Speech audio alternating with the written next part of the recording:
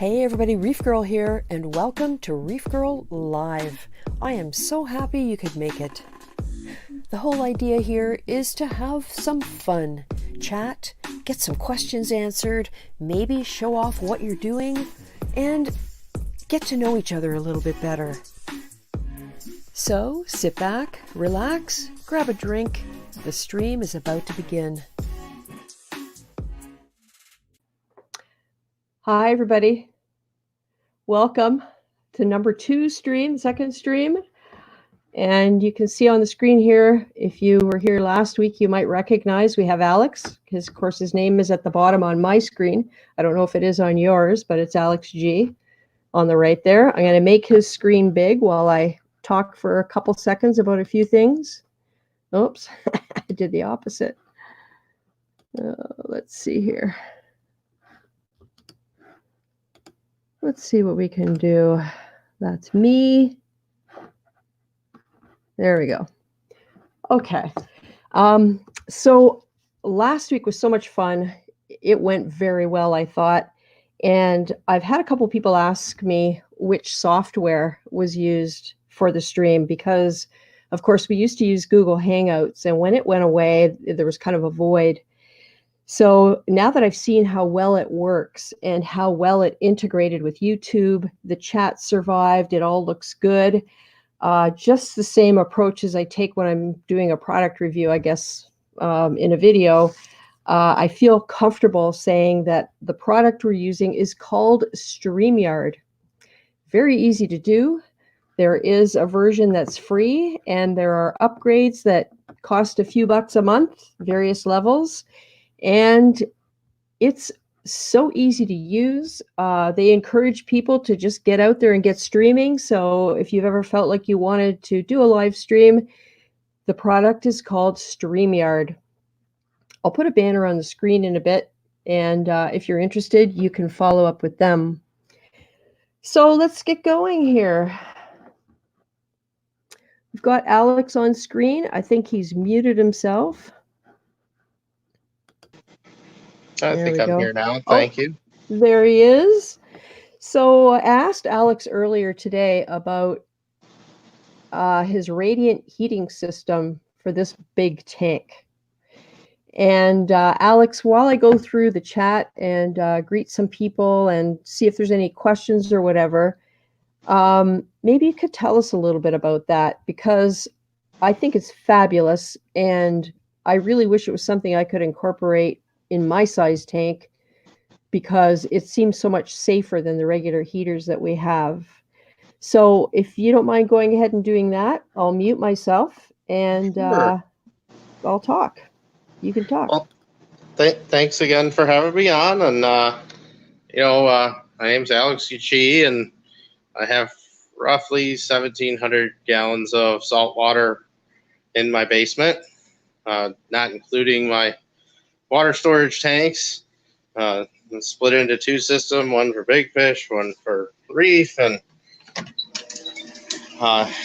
transitions into a 265-gallon sump and a 150 refugium, a 120 sump tank, which I use for radiant heating, and then a frag tank on here that's another 50 gallons. So built it all myself. And one of the biggest challenges I found with this system when I built it was a lot of the simple things when everybody has aquariums, like having a heater, is a pretty simple thing, and everyone just, generally goes out and gets electric heaters, which they do a good job for a lot of smaller tanks. They do have some drawbacks.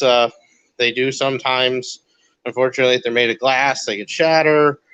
Even titanium ones at times, when they get old and sit in water, they can break down, and the seals can cause electricity to get into your water, and they get short out. I've seen sumps cracked, exploded, melted. Unfortunately, the results of that could be that you lose all the inhabitants of your tank. And a lot of people always seem to, they'll jump around with doing multiple electric heaters, or they'll do redundant ones so that, something can't stick on and, cook the tank off. But when I was looking at a system this large, heating was one of those things that I figured I would need about 2,000 to 2,500 watts of heating. And unfortunately, electric heating in that method is very inefficient, and it's very expensive for your electricity bill.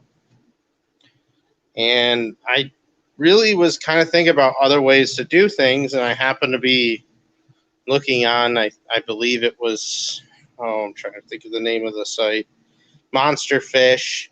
It's a freshwater site that you got a lot of monster fish keepers that have these, multi-thousand gallon tanks. And I started seeing they were all using radiant heating systems that incorporated either their home hot water heater, tankless water heater, or, it's separate hot water heater just for the aquarium, and using natural gas to heat, which is a lot more efficient.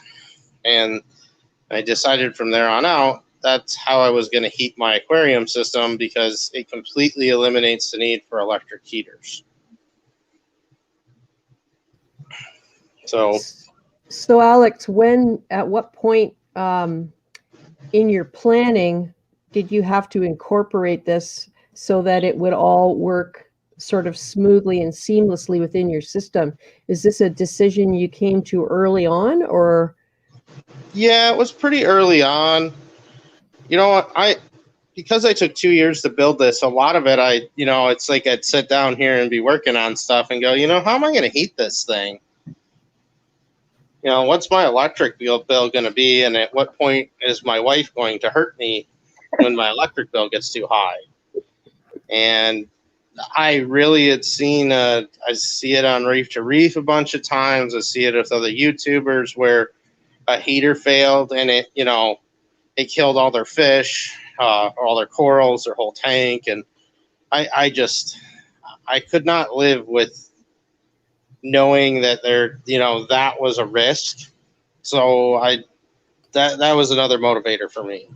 But as far as incorporation, I hadn't got to the point of no return. And honestly, anybody that's got a little bit larger tank setup can incorporate this style of heating. There's a couple of commercial products even out there now for aquariums that can help do it. So it really didn't impact much. It just added some work and some research into the equipment I needed to do it properly. Right. Okay. So I see you're leading us down the hallway to your room where you have your massive coil of hose. If I remember right, yeah, it's over there under that lid. Now, you don't have to take all that stuff away, unless you have a little door, maybe. I'm dropping stuff now. That's all right. It could all be moved over. So basically, what you have is a huge coil of hose that has hot water running through it. Yep. And that hose is connected. It's a closed loop that comes off of your hot water heater. And this is your home hot water heater. It's not a special one you've installed for the system, is it? Nope, it's just my home hot water heater. So basically, it's just a standard 40-gallon hot water heater for the house. And the best way to say where this whole thing starts is, coming off of the lines here. And I happen to have a line that comes down, and this feeds my washing machine. And I put a T off of this with a valve, and this is where the PEX starts for the aquarium. And it goes into the fish room, and once it goes in there, there's a recirculating pump. Or actually, first it goes through a check valve, and then it goes through a recirculating pump.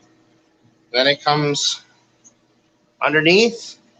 There's probably about 50 feet of PEX coiled up in here, and then it returns. And you'll notice I have these lines insulated a bit. It's fallen off a bit, but I kept it insulated on most of the way back. just so I'm not bleeding that heat off into the rest of the house. And then it comes down and it comes back into the hot water tank on its drain. So there's still a valve there, so nothing's been prevented from working. So that's how this whole thing is set up as a loop. So is there ever a conflict with like a hot shower?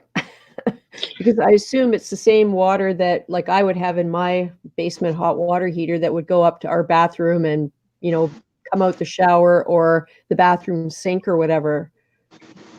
So in my household, it's my wife and I, so we don't have any conflicts with that generally. I think early on I had the hot water heater's temperature a little lower and excuse me, got a couple complaints. But after that I haven't really gotten anything else that's come up, so I don't even notice it. Right. As far as run time, it generally runs I'll pull up the graph here in a bit. It runs a couple times a day generally, but it's very efficient. So here's me thinking it was continuous, but I assume it's temperature controlled somehow to tell the pump when to turn on and off. Yeah, so that was probably where I spent a lot more time thinking about how to do it. So the recirculator pump here, because this is a loop and it's hanging off the end, and hot water doesn't create a big enough natural convection because the hot water line for the washer is not used where it could kind of get a natural pull, and on top of that there's a check valve. So there shouldn't really be a whole lot of independent flow through this. I've seen some people that were worried, but because this is such an isolated part of my water system, I wasn't concerned. So this controller right here, it hasn't run in a while because it's cold. That pump connects over to my Renko controller. This is an industrial temperature controller. You can see it says it's 78. It only works in whole degrees. It doesn't go down to tenths or anything. And it has a temperature probe, which is this little gray line here that feeds into my sump. And I put it as close to the aquariums as I could without actually putting it in them. So I could get the best reading of what's going on from the outgoing water there. So when this drops a degree, it will energize the recirculation pump and it'll run it until it hits 78 degrees, and then it'll shut it off. Oh. It is the first controller I use. The Renko itself is plugged into my Apex, into my EV8, and I use the temperature probe of the Apex as a high temp. So if the water gets too hot, it'll just shut off this controller and the recirculation pump. So hot water can't flow. Oh. So if it gets too cold, I could deal with that and, have someone come out or come out here and see what's going on. But I'd rather it get a little colder than hotter. Yeah. But really, I mean, it's almost, I guess, depends on what temperature you have your hot water heater set at, but you have such a high volume of water that it would take a very, very long time for it to get heated up to any kind of a danger level, I would imagine, given the limits in temperature on your hot water heater and that it's 40 gallons. Yeah, so one of the things to think about with this type of heating system is how you can have, like some people use titanium heat exchangers instead of packs. I know Aquarium Engineering makes an independent titanium heat exchanger, and those all work great. And the one thing I wanted to remember when I built this out was, a lot of people are like, well, PEX isn't efficient. Why wouldn't you go with titanium or something? It really, you don't want it to heat it up too fast. You want it to be pretty gradual. Yeah. So I'll ask this question to you. I'll reverse it around. how many degrees of temperature swing do you think my aquarium has every day? Probably no more than mine would, which is about a half a degree. I'm looking at, oh, no one's throwing on comments there. 2 degrees. I gotta take a look. So here is, oh, let me do. Here's 1 day of my temperature graph on the apex. So it's literally within 1 degree. Yeah. So now, would that be cooler at night because of no lights? Yeah, so it will cool down typically more in the evening. But I'm also drawing outside air into the tank year round. Right. So when it starts getting really cold out here, it'll start going a little more often. But really, it ran once today, and we're kind of leveled off right now. So I'm sure once the lights go out this evening, it'll kick back up. But Very yeah, cool. So it doesn't run often.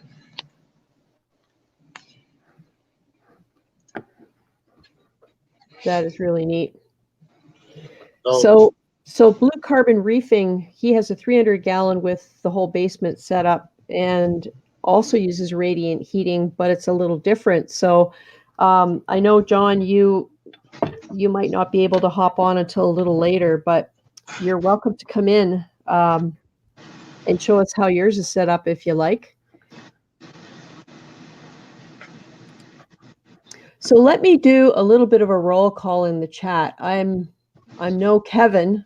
If anybody remembers Kevin from Kevin ENH Vlogs, how he used to do the big, huge shout out. But we have a lot of people in here, 49 watching right now, which is really awesome.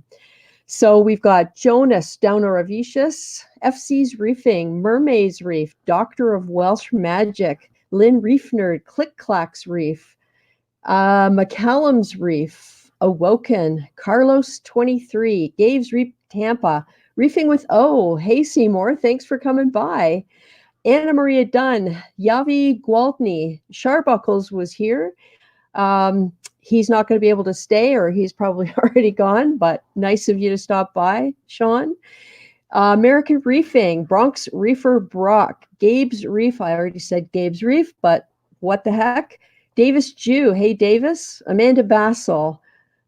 And, oh, there's ReefGrrl. There's myself. The Salty Reef. Who else? Jen RS, AL, Puff Daddy Reef. Thanks for coming by, Puff Daddy Reef. Nice to see you. Who else have we got? Oh, and Tina. Thanks for coming back, Tina, after I dumped a wrench on you last week. I really appreciated the job that you did. It was wonderful. Blue Carbon Reefing. Jeffrey Hammer, Petsotics. Hello, Petsotics. Straight Reefer with all the threes. Wonder how long it would take to type your name, Straight Reefer. Reefin' Rican. Planet 3D. Wow, this is great. Am I missing anybody? Oh, there's Buddha TV.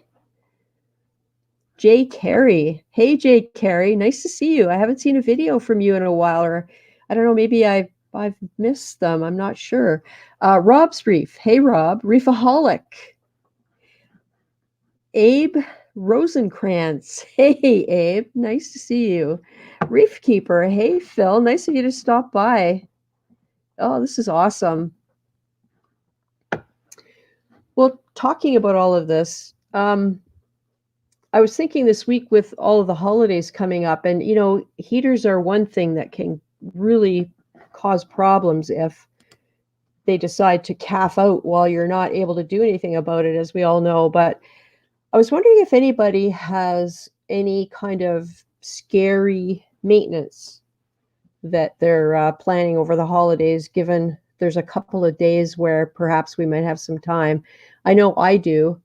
And plus, I will put the link on the screen so that if anybody wants to email me, you can do that and get the studio link and come on in. It's easy. It's you don't need an app. You don't need an account. Very, very easy. Let me just see here. No, I don't have any emails at the moment from anybody.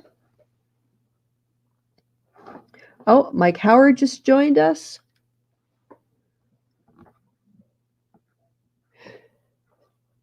So anybody got some scary maintenance plans for the holidays?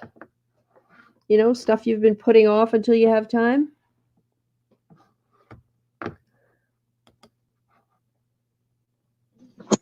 Keeping up with calcium. What's Araga milk, Abe? I'm assuming that's autocorrect. Araga milk. I haven't heard that term in a while. What is it? They used to use it like a calcium alkalinity supplement.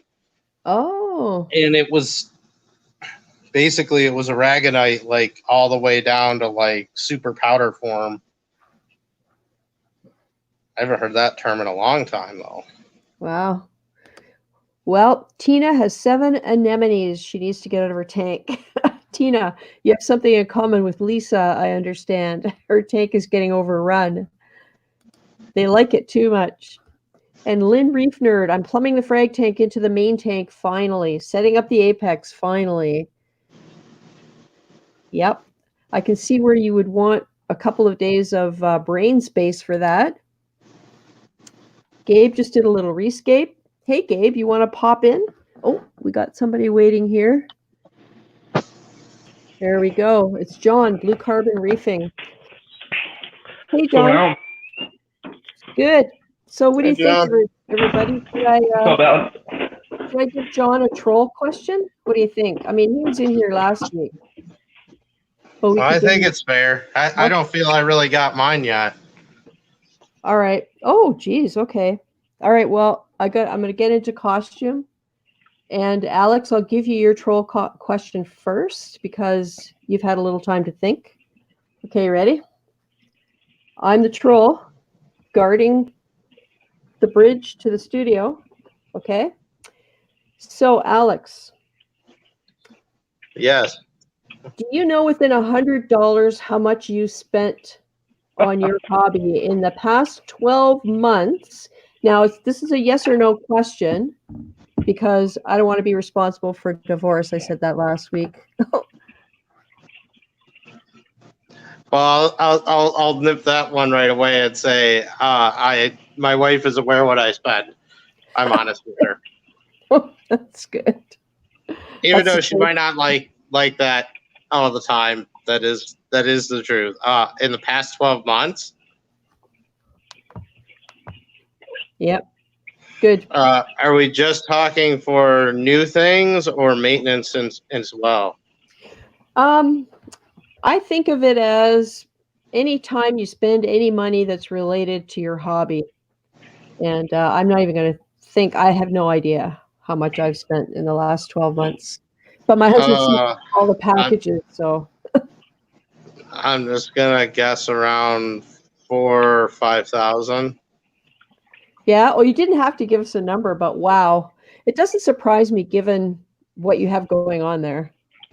Well, a lot of it becomes kind of, there's some of it's, buying food's expensive. And, I did buy quite a few corals at the beginning of last year. And unfortunately, I don't have them all anymore. But so I did get a little crazy with corals at the beginning of last year. Yeah, I've been through that myself. So, John, Blue Carbon Reefing. Am I getting another troll question? You are. Well, come on, I got the glasses on, so we're going to do the troll question. So, have you ever decided against going on vacation because you didn't want to leave your tank? Yes. Yes. Okay, I can take these off now and see. I won't hesitate. Yeah. What were the circumstances? Just a lot going on, or you just couldn't vacations are expensive, right? So It's true. that takes away from your coral money. I wasn't thinking of that. I was thinking more like, what if something goes wrong? I won't be there. I mean, I feel more comfortable now, especially since I started hooking up like video cameras and everything. But I would think that having a couple close people that you trust to come over and take care of it. I guess it also depends on how long you're going. 2 or 3 days, 5 days, you'd probably be okay. Yeah. 10 days, I'd be a little bit more worried. Yep, that's very true. The length of time makes a huge difference. Last January, I was basically gone for 3.5 weeks. Don't you got a country? I did for part of it, and that I will say there was one purchase I made after that was my peristaltic pump for my calcium reactor, but that's a little nerve-wracking. So, Alex, when you buy stuff for your system, do you try to get industrial or medical grade stuff just because of the extra wear and tear on it? I would say it depends on what it is, because while some things are really nice at an industrial grade, for example, like the pumps on my protein skimmer are J-Boat pumps, and I use a Reflow hammerhead for a return pump, which is a little higher grade, but it's not anything like a super high-end DC pump. And sometimes I feel that I would rather spend a little less and buy an extra one and have a backup on hand, as opposed to saying, well, I bought this shiny new pump, paid a lot of money for it, and if it dies, it's great, it has a warranty and all, but that's not going to help me if everything needs a pump to survive. Yeah, very true. I definitely bounce around in that realm, and I'm not afraid to try different things, and a lot of the less expensive stuff works just as good. Yeah, that's kind of the balance I try to strike, is spend the money where it really matters and not just on foolish stuff. But I mean, I've spent my share of stupid money and hopefully learned from it. But yeah, sometimes you don't realize at the time that you're really not being very wise about it. So we got a whole bunch more new people have dropped in, which is fantastic. Casey Nano, welcome. Falcon Quick is here. Roscoe. Who else have we got? Talking about Tina's NEMs. Tina's got lots of NEMs. Oh, here's Sandy. Sandy's Reef Savvy. There we go. So do you want to drop in, Sandy, and show us what you got going on with the medical plaza? Sandy is fighting ick. She discovered ick on one of her fish and is now yanking all 25 fish to put them in treatment in hospital tanks to get rid of it. And it's quite the major operation. Well, my scary maintenance is removing the return pump in Mollywood, which is an IM Nuvo Fusion 40, because I have not taken it out yet at all, and it's been running for over a year, and the flow is not what it should be, so I'm afraid it needs some maintenance. And I say afraid because this is going to be one of those military operations where I'm going to be removing all of the water from the back chambers and cleaning it, then pouring water back in, taking it out again to rinse it, and hope that I don't have a mini cycle in my tank. So it's going to be a truly interesting thing because, as I said, I have not done it yet. And I thought the holidays is a perfect time, even though I don't go out to work or I don't have a job per se. It's still a time when everything slows down. So hopefully nothing bad will happen.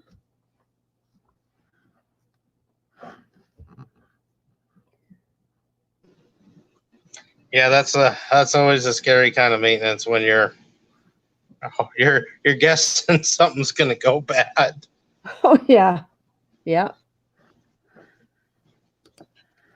So Casey Nano. Oh, thanks, Casey Nano. That's awesome. Love your videos. Reefaholic. After you remove the fish, turn the temperature up to 81 to 82 in the display. That'll help the cycle go faster while the tank is fallow. I'm not sure how much Sandy has in the way of coral in the main display because this is a new tank, so that's probably really good advice. Oh, Awoken. Sure, Awoken. I'd love it if you jump in. We'd love to see what you got going on. I'll put the email up at the bottom of the screen again.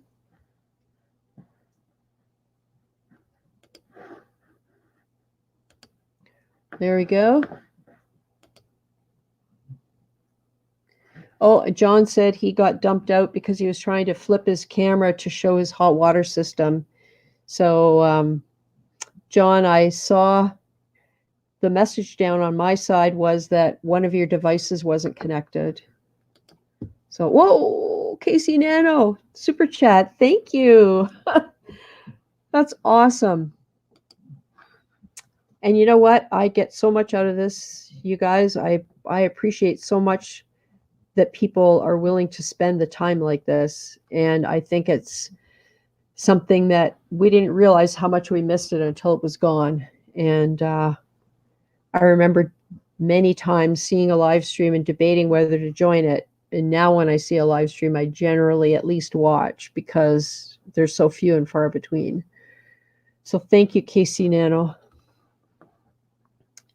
Awoken, show off your tank. I'm watching my email.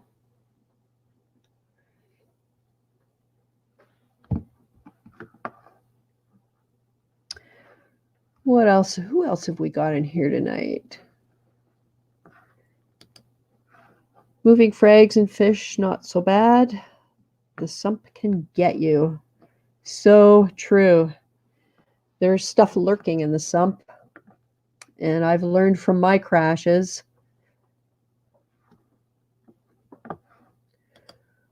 Roscoe, I have dino. Keep trying to take off dosing phosphate and nitrate. I don't think I ever remember hearing so much about dinos as I have this winter. It's been just crazy.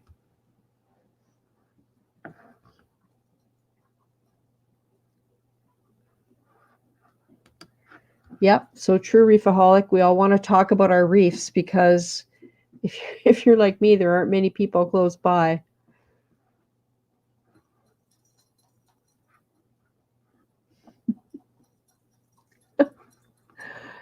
Doctor of Welsh Magic does not have a sump.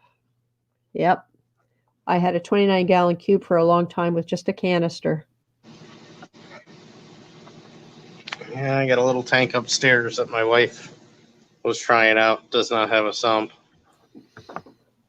Yep. Is it an all-in-one or a canister? Yeah, it's a little Nuvo 25, but yep. It needs work. I'll put it that way. I've been informed that it's now my aquarium, but the fish need to stay. Right. Yeah, the innovative marine tanks are really nice. And that's the one that I have to work on. The only complaint is it's going to be really tough for me to get that pump out. I have to completely unload all of the equipment at the back, suck out all the water, and then somehow detach the pump from the bottom. And the only thing I have to pull on is the cord, and I am not doing that. So well, does it have a hose connecting up? It does, yep. I can try that. Hopefully it wouldn't come off, but those suction cups are pretty strong. Yeah, that's how I got mine off. I pulled the two little elbows going to the returns, and then I pulled up gently on it and just popped it off. Yeah, I may use something to go down in there and oh, I have a thing from Awoken. I may use something to go down inside there and pry it off the bottom.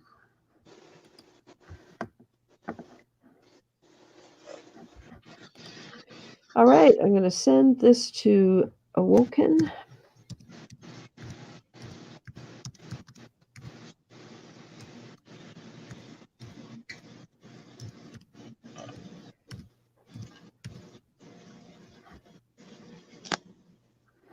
Okay. There we go, Awoken. I've sent you the link. And when you get that, oh, John is back. There we go. We can see you. Yeah, I was trying to flip my camera to show you how I have my hot water set up, but it won't let me use the rear facing camera for some reason on my phone. Wow, that's weird. So yeah, I don't know why. You've got a titanium heat exchanger plumbed to a drain. So how does the water flow across the heat exchanger? How does that work? Well, I'll try to turn the camera around so at least you can see what's going on, but I can't see what I'm pointing at. So bear with me. So my main tank obviously is upstairs, and I have through the floor going down in the basement the drain lines. Right. And then these 3 drain lines come over to, I'm hoping that I'm pointing in the right direction here, but yep, so the titanium heat exchanger. So the one drain line basically that has a full siphon, I have, and I wanted to do a drain line as opposed to return. One, because my return going upstairs is 1.5 inches. It would have been, I guess, a little bit more difficult to plumb it in.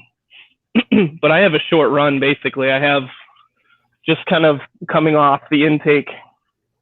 So the hot water line, and just like Alex, I'm using a recirculating pump. Yeah. And all I'm doing is I actually have 2 50-gallon hot water tanks, so I never run into an issue. Like I know you were asking Alex about using hot water, but all I'm doing is I teed off of the output line of the hot water, and it just circulates through and then back into where the input line would be for the going back into the hot water tank. So it's a very short run. Right. And what is actually in the hot water tank? Is it a coil of hose, or is it just the water circulates through this directly from the tank? So the hot water from the hot water tank circulates through that titanium heat exchanger. Oh, gotcha. And the titanium heat exchanger heats up, and the return line, the drain line that returns back to my sump downstairs in the basement, is what picks up the heat. And then it takes it back to my sump down here. Right. Which is where the temperature probes are. Right. So I just use the apex, and I basically set it to come on at 78 degrees. It comes on, 78.5 it goes off. So the way I mean, being able to run reports, I can see that it runs for about 5 minutes. Obviously, it runs a little bit longer in the wintertime. It might run for 7 minutes in the wintertime. And then in the wintertime, it's when it's off, obviously the tank is cooling back down. It takes about a half an hour normally for the tank to drop a half a degree.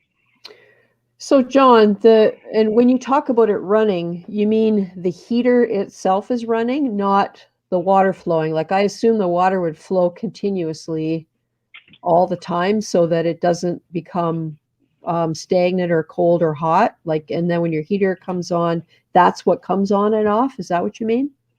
So when the apex and the temperature probe in the apex says that the tank is below 78 degrees, I Right. have an electronic ball valve, that's the blue one, that opens up, and then this recirculating pump turns on. And that Oh, recirculating pump just recirculates water from the hot water tanks and just out the hot line back into the intake of the hot water. And it heats up this titanium heat exchanger. And as it heats up that titanium heat exchanger, the drain lines bring in that water back to the tank. right. So there's always water flowing through the heat exchanger. But Correct. it only gets heated up when the recirculating pump gets turned on that's attached to the hot water heaters. Correct. Yep. Oh, okay. Wow. That is cool. That is something I could do with my next setup. If you have a larger size, like Sandy has over 300 gallons, like Yeah. when, Yeah. I mean, my system was like 1,200 gallons, but my electric bill, I was running like 7 300-watt Eheim heaters, like in the wintertime, like 24/7. It was like hard to keep it. I'm in Michigan, so I mean, we obviously get below freezing temperatures, but Yeah. I mean, my electric bill was creeping over $500 a month. Oh my God. So Wow. for what I paid in parts, because I think the titanium heat exchanger was the most expensive part. It was like $160 or something on eBay. It was like maybe $300 worth of parts, and I think I saved $300 the first month on my electric bill. Wow. Wow. And that's what I was thinking about radiant heat. Because it's so efficient.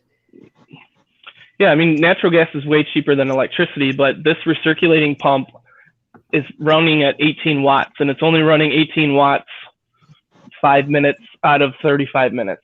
So, you know what I mean? 10 minutes an hour. I mean, however you want to look at it, but Yeah. and then the natural gas to heat up the hot water tank. The hot water tank, I don't know, like if it's running for 5 minutes, am I dropping the tank in the water from 160 to 150? I really don't know how much. I haven't done any tests on the outgoing water. I guess I could, but I'm really not putting that extra stress, especially because I have 2 50-gallon tanks that are kind of like linked together. And generally, I'll say even with mine, like I've never done any like big testing with it, but you know, the coil itself on mine would lose about 5-6 degrees from entry point into the sump to exit. So really, it's, you know, the hot water itself is really not cooling down like a huge amount. But it's a lot more efficient. Yeah, and I think the titanium heat exchanger is really what they use for like saltwater swimming pools. If you think about 30,000 gallons, 100,000 gallons, whatever you're doing, I mean, that thing's built to be efficient. Yeah, and Aquarium Engineering, he even makes a titanium coil for aquariums with temp controllers, and so there's a couple commercial options on the market. Yeah, I bought an Inkbird as a backup, but I've never hooked it up. The Apex has never failed on me. I mean, I have rules and alerts, and yeah, I don't even keep any kind of backup heater in the tank. I got a spare 500 sitting around, but I do have spare heaters, but I mean, they're set to the Eheims. I have like 4 left. They're set to come on, and if the tank ever gets below 74 degrees, they'll come on, but the tank never gets anywhere close to that, so they never come on. I should actually put a calendar reminder to turn them on every 6 months or every couple months to make sure they're still working.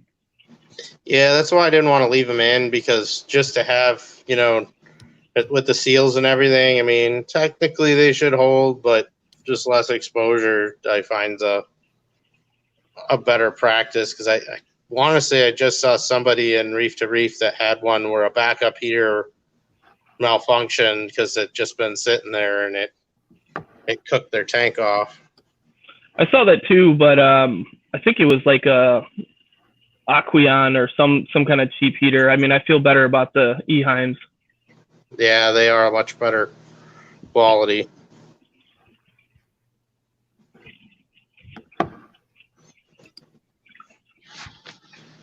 So I'm gonna jump back off. I gotta watch a movie with my wife. It's like the one night she wants to do something, but I'll probably be in the chat. Thanks very much for coming by, John. I really appreciate it. Yeah, no problem. We'll catch you later. Yep. See you later.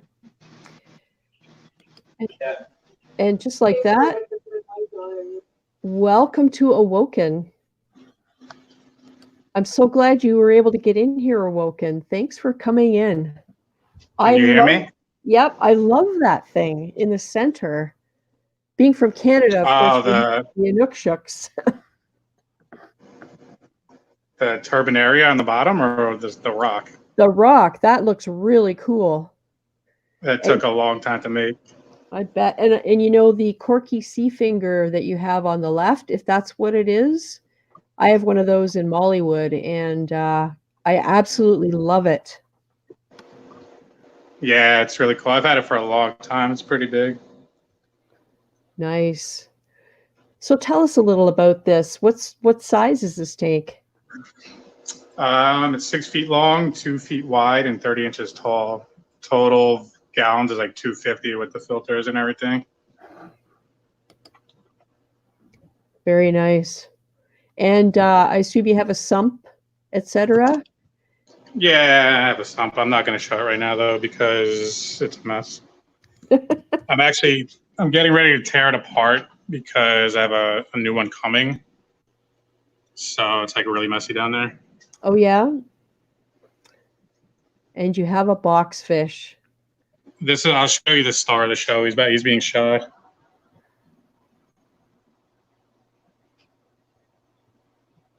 Ooh.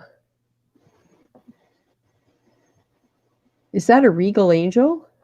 Yep. That is beautiful. Wow. Usually he comes out, but he doesn't like the camera. But this tank's only been set up for 6 months, so it's still mostly just frags. Right. Very nice. And the rock that you have, is that one of the Marco shelf rocks, or did you make that from other rock? It is Marco rock, and then I epoxied it or cemented it together. Is it the stacks, or did you saw it? It's a combination of stacks and some other, just like a whole mix. After I did all the stacks, I put these Caribsea arches in, which I'm not crazy about them, but definitely set the tank back a little bit because I put them in it like a few months after the tank had been running. Mm. Yeah, that's gonna be beautiful once that all grows in. Yeah, this area right here is pretty much done. It's just a waiting game. Actually, let me turn the whites off so you can see the corals better. The whites are good for looking at fish, but not for looking at coral. Right. I have the Antheus crew going. All right, give me 1 sec. I'll turn the whites off. All right. Oh, Select Pet just dropped by. Hey, Select Pet. And we have William C. McCreary IV. We all know who that is. Hey, Billy, how's it going? Who else is stopping in here? Drew Janes. Hey, Drew. Nice to see you. I know we've chatted in the comments a little bit from time to time. Two Please, Coral Reefs. Hey, Two Please. Thanks for coming by. Rafa Valenzuela. Hello from Seamoss, Maryland. Where is that? I have to see where that is.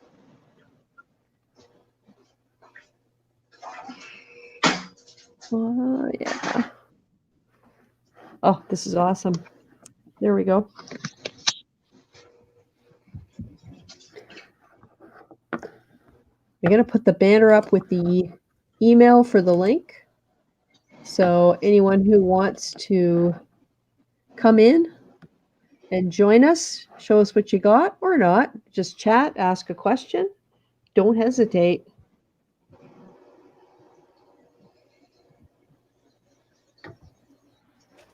I guess I forgot to ask Awoken the troll question, but maybe we'll wait a few minutes.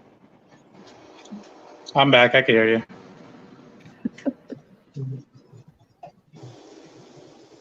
Well, looks good. Is that one of those? If you go to the left a little bit, is that like a hot pink stylo? Yeah, this is one of my favorite corals still to this day. Even with all the rainbow acros, I still love a hot pink stylo. I gotta get a hold of one of those. They've always been what I've wanted to get a hold of. I just haven't yet. If you look at this from an aquascaping perspective, what sticks out the most? The big fat pink thing. I have a sick style over here. It's like it's either a rainbow style or a bug out stylo. It looks really sick, but you can't really tell because it's further back. I can't zoom in on it. But again, it's chunky. We got the Walt Disney. I don't really have a lot of high end stuff because, like I said, it's only 6 months old.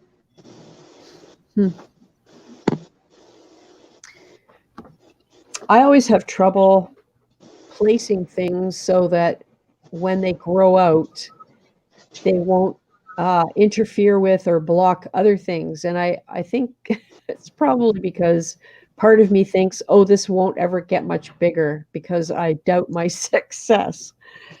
But then things do start to get bigger and I have trouble. So yeah, that's a tough part. I was looking at that stylo and thinking, wow, when that gets big, that is going to be a stunner. Yeah. Have you ever seen an orange pavona grown out? This little nub right here. Orange pavona, is it an encrusting one? It kind of is, and it kind of isn't. It also it does encrust. It also puts out big fat branches too. It's really freaking cool, but you rarely ever see them grown out ever. I don't think I've seen an orange. It's called a cactus coral. It kind of looks like that.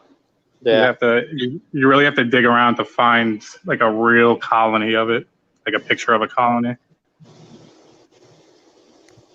That's one thing I'll say is a lot of corals I find are that way, is trying to find a colony picture is not always the easiest thing. Yeah, it's all nubs. This I put down here spagotes, so whatever, a setosa and a stellata. It's like the three montes that grow in different formations.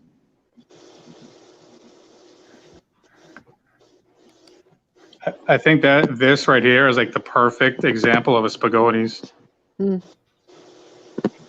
Yep. Of like a frag one. It's like it's got the plating and the branching at the same time. Nice.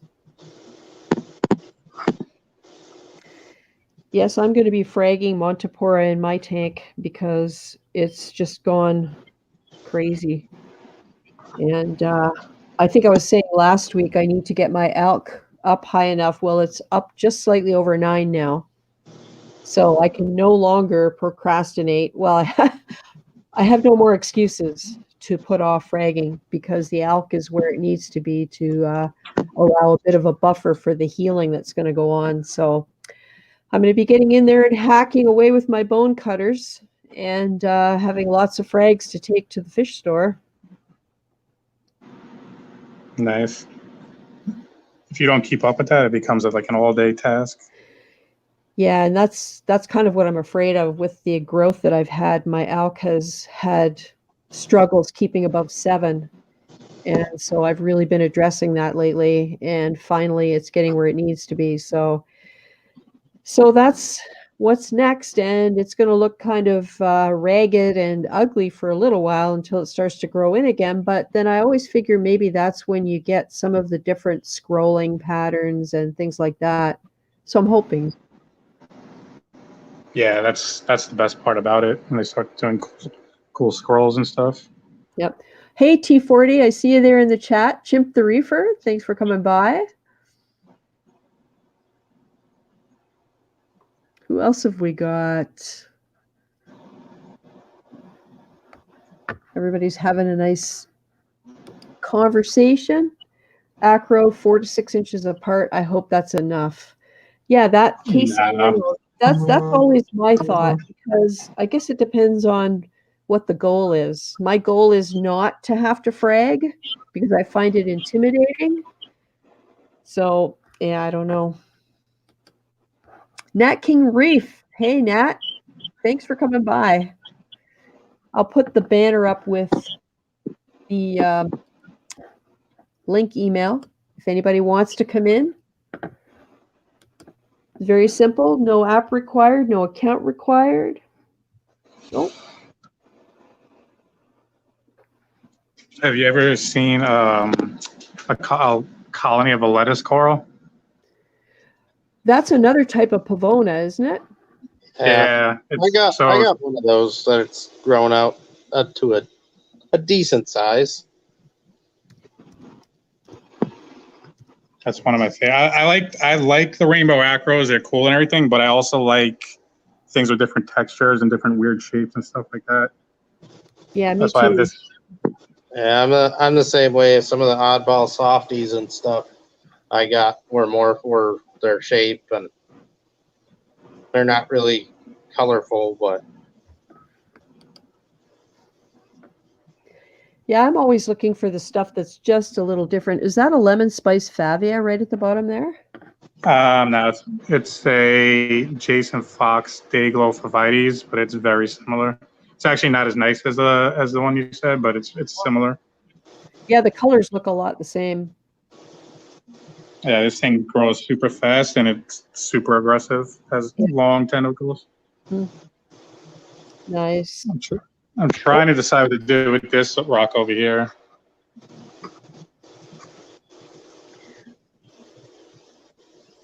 Like these corals aren't permanent; they're just kind of here for now. Yeah. Oh, we have someone else in the green room here. Is that FC's Reefing? Just came in? Yeah. Well, hello. Is everybody done? We'll take another couple minutes and look at Awoken's tank while I get the troll questions ready, since we have two of you now. That is cool. You know, and that, for me, that's like hashtag goals.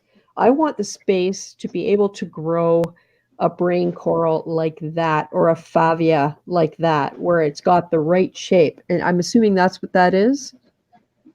Yeah, it's a favia. Favia? Yeah. Yeah, that's... Takes a long... It does. Yep. I'll probably be in the home and they'll have to bring me back in the wheelchair to see my own tank when it reaches that point.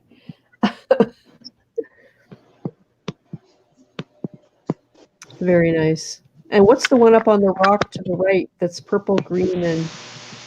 Whoa, that's crazy.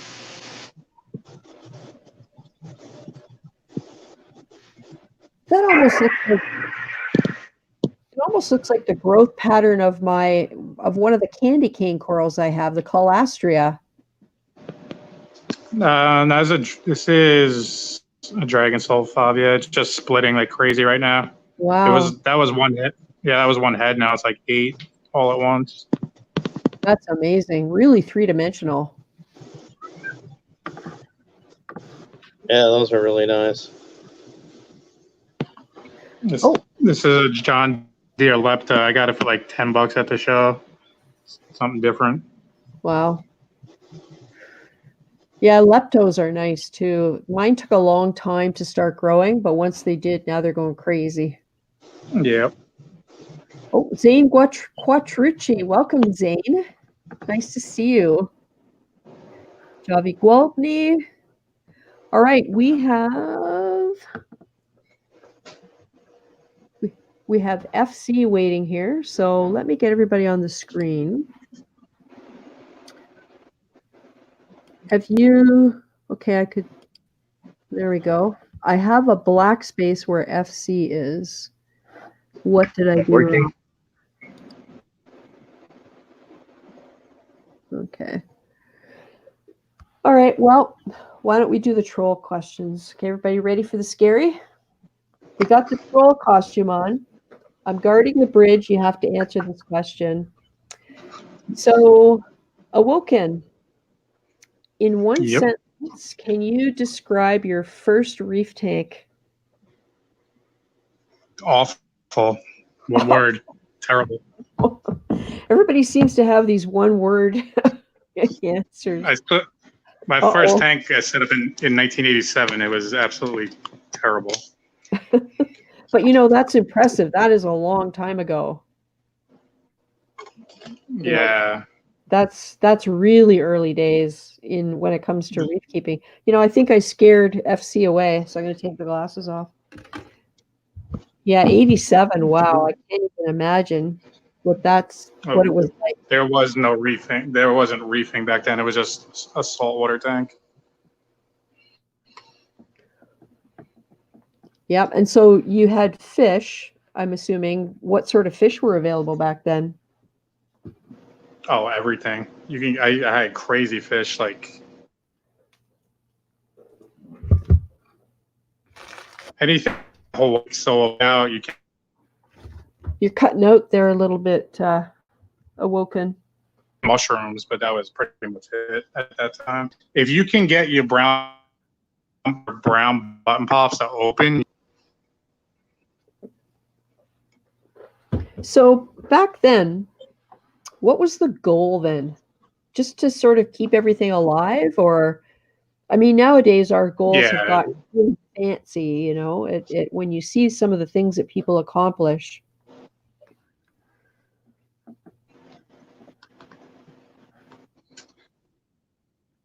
Yeah, I mean, because this is before they even started using fish. I know a lot of people don't like copper, but trust me, when stuff's coming, you have no idea what's on it. If you don't, no chance, pretty much. Wow. Hi, Corals Lisa. is just getting them to open. So then you were saying mushrooms. I think you cut out a little bit. What else would there be besides mushrooms?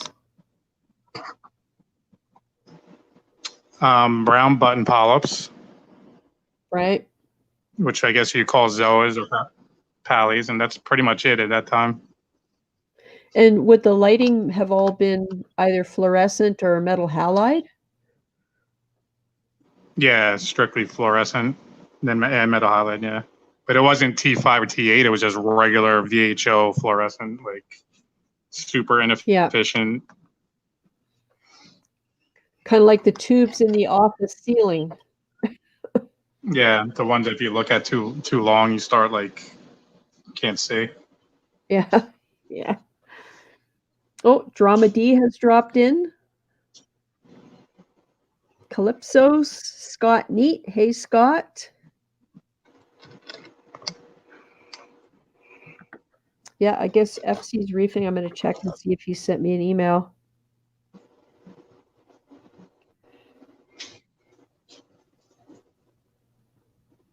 KC Nano, I did send you an invitation. So hopefully I got your email address right, but I can send another one. I don't see you in the chat.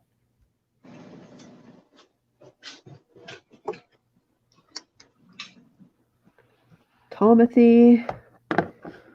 Oh, here's another old timer.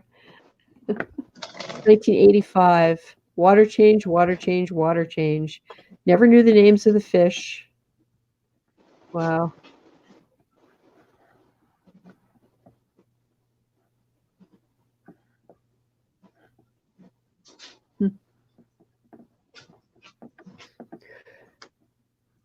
So Awoken, you said this tank has been running about 6 months. What did you have before this? Did you move a lot of stuff over, or how did this get started? No, the only thing I moved is the Gorgonia, which I've had forever, and the GSP, which I've had forever. That's on a piece of Fiji rock that I've had for like forever.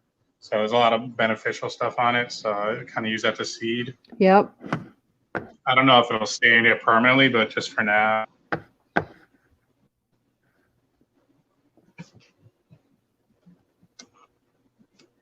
And that's it. And I had this leather I've had for a little while, not too long. Right. But everything else is frags. Wow. What part of the country? I mean, Sorry, go ahead. I'm sorry, what? I was just going I to would ask. say I had. Sorry, I'm a little lagged out. No, you go ahead. I was gonna say I had dinos and bryopsis outbreak at the same time, Oh, which was major problems. wow. I was wondering what part of the country you live in. I'm in New York. Oh, so you have lots of good opportunities for coral shopping and things like that. I don't really have any good LFSs nearby, but Hmm. I go to the shows pretty much, Ripalooza and stuff like that. And do you like to buy your coral in person, or do you buy online at all? That's something else. Yeah, I don't have a. Yeah. I don't have a problem buying coral online. And fish, I don't really buy online. I mean, yeah, I guess you could, but it's kind of risky in my opinion.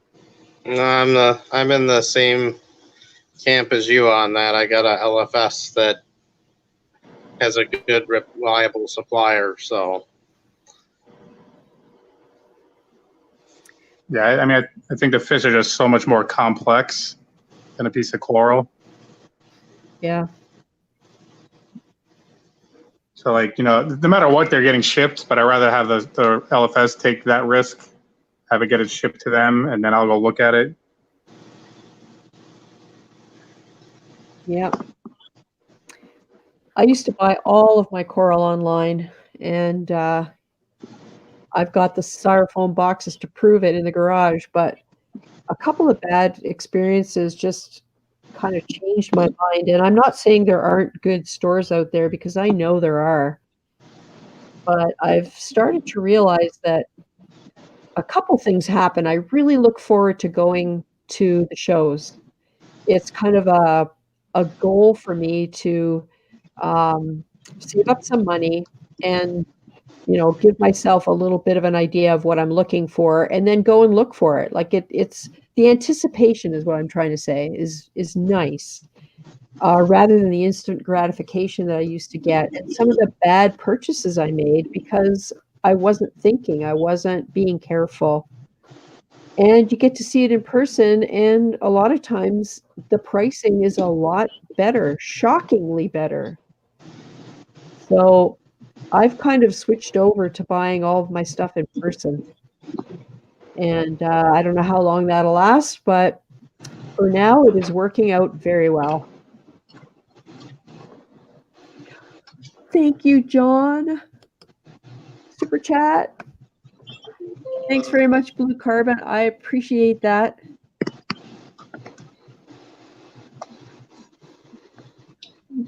Yeah, the problem I have at the shows is I can't control myself. It's a major problem. Yeah, And now that they take credit cards, it's even it's really bad. Like right. back in the day, they just took cash and that was fine. You just, you know, shot your load and that was it. But now it's like, I'll dish out all my cash and then go back with the credit card. It's no good. yeah, it's not easy to maintain control at times.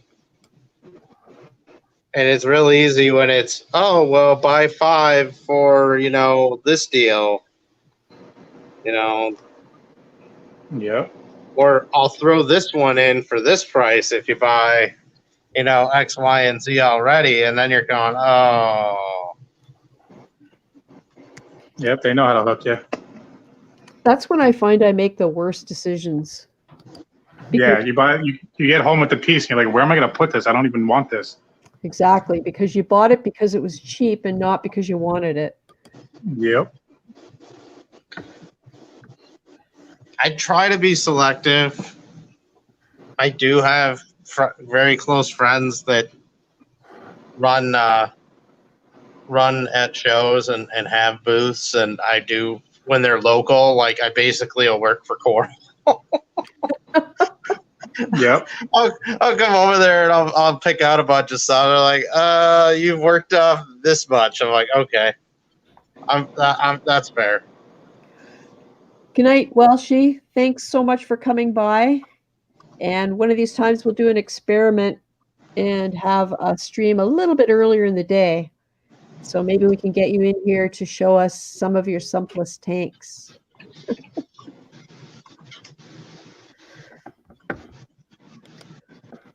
So Tomothy wants to know what my holy grail coral is right now. Right now, what do I really, really want? I really, really want another Trachyphilia to replace Gorgeous George because I'm pretty devastated at losing him. And I've put his skeleton at the very back of the tank, kind of leaning up against the back wall so it's out of the sand. And I'm kind of hoping that maybe there is some tissue left that can bud off at some point, but I'm, what can I do? So I would say Holy Grail right now would be a beautiful Trachyphilia like George that does not cost $300 because George was $60 when I bought him, and I thought that was a lot of money. Oh, those would be the ones I would want to replace too. And yeah, the rumor mill on Indo reopening is still going strong, and so maybe one day. Yep.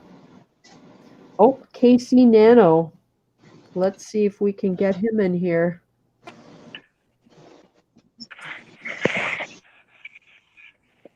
Hey, Casey. Hello.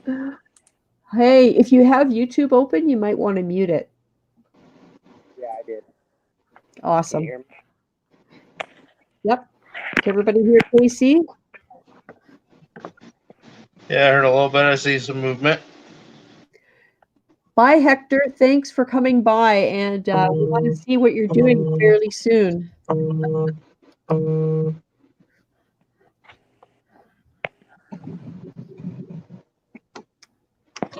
Okay.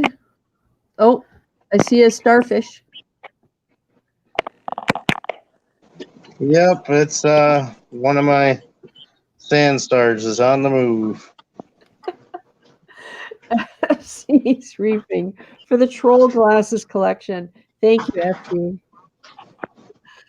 That reminds me, I guess I need to ask a troll question of Casey Nano, but I won't scare you all with the glasses anymore because, I've seen them. Okay, Casey, so you can hear us okay? Yeah, Casey? it's breaking up a little bit, but I can hear you. Okay.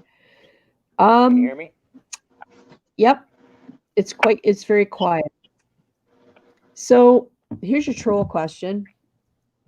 What did you learn from the most frustrating reefing experience you've ever had? Like, think of the worst thing that ever happened. What did you learn from that?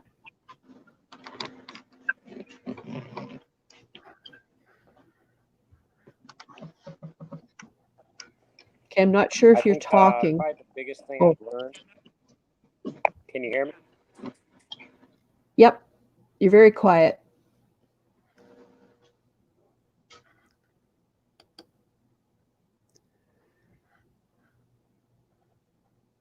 Oh, did we lose Casey? Can't tell if I'm seeing movement on his video. Yeah. Oh, we got the white lights back on in Awoken's tank, and there goes that boxfish. Does the boxfish have a name? Yeah, it's SpongeBob the second. SpongeBob the first was on Dave's stream.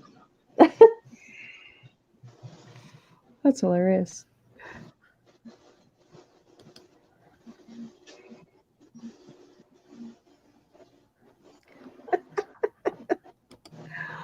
Mermaids Reef, we just glue animals to rocks. Very true.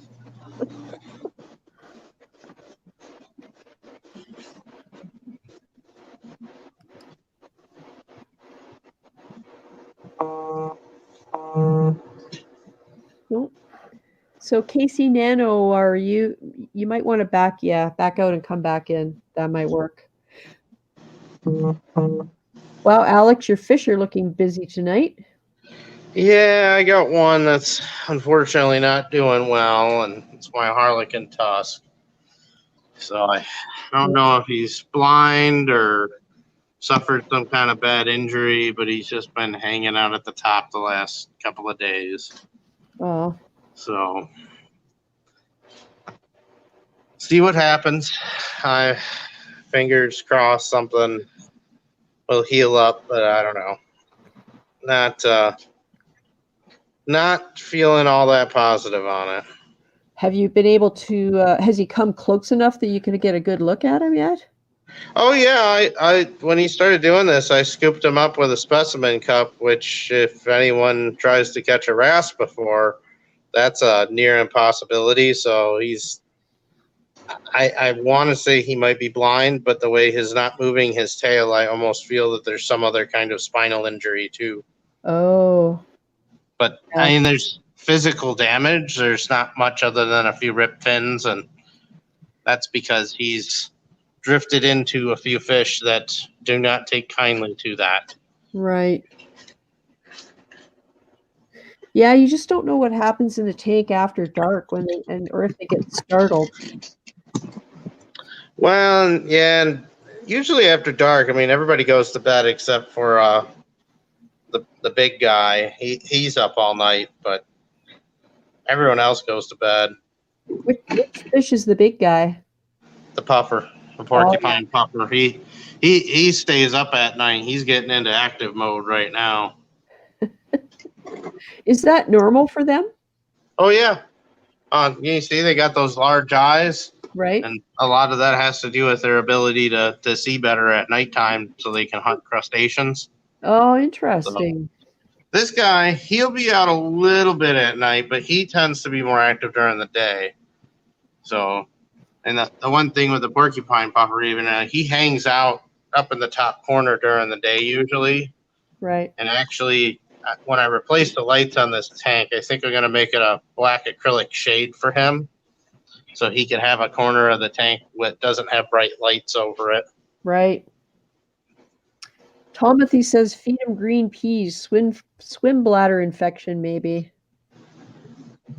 Yeah, the only thing I thought about, I did think it was a swim bladder issue, but he will swim down to the bottom of the tank, no problem.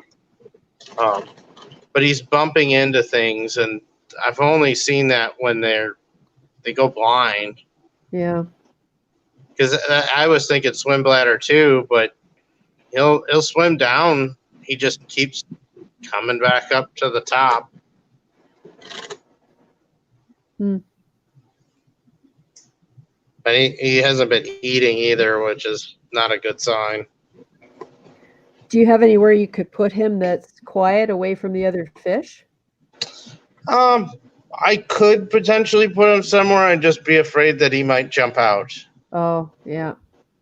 But nobody's like been getting a couple fish have picked on him a little, but it's nothing chronic, which is kind of what I thought at first when I saw him up here. Because generally, when fish are hanging out at the top like that, it's because somebody's harassing them. And trust me, there's plenty of fish in here that could be evil if they want to.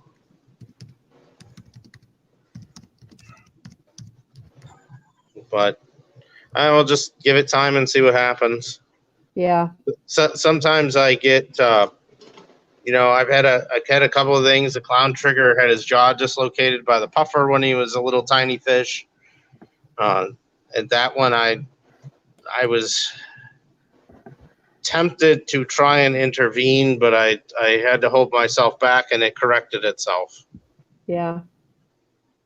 So, because I really thought that the puffer was I thought the puffer did him in, because believe it or not, about a year ago, that little clown trigger was halfway swallowed by that porcupine puffer.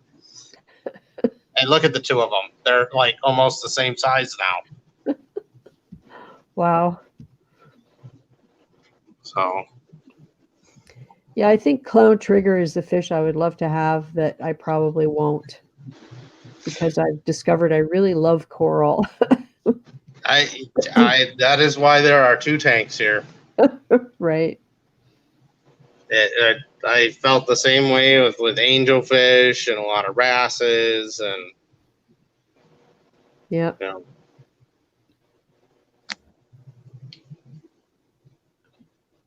plus Nice. it's all tied in together. You don't have to. It's very low maintenance on this tank.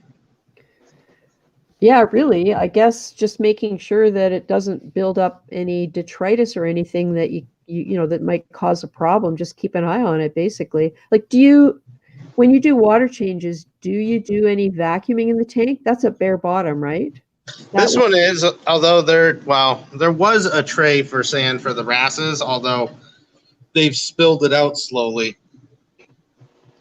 But I don't really do vacuuming in this tank. I'll get a pump and I'll kind of blow off the rocks a bit periodically, and I got to get a longer pair of tongs so I can pick up some old clam shells.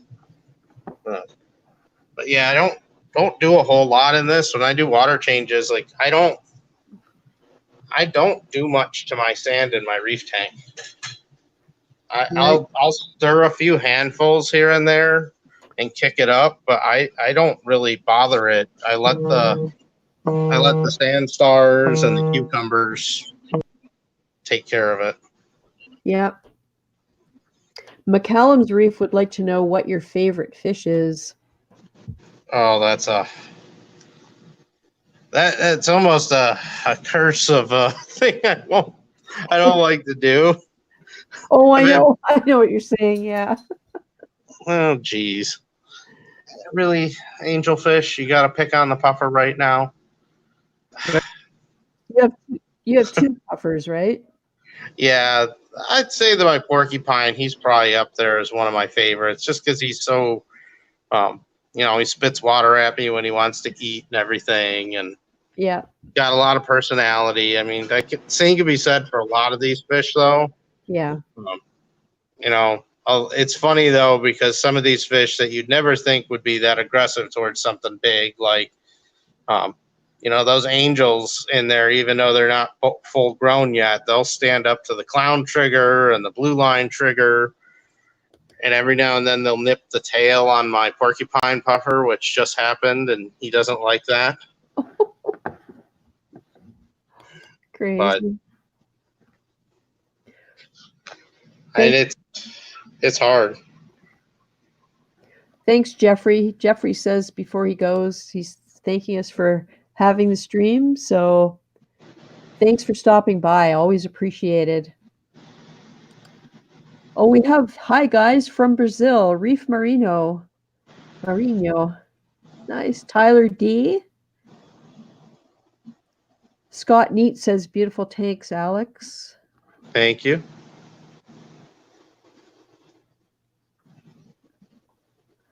And Maisel Salas, Reef Marino, Brazil. Wow, Brazil in the house. That's amazing.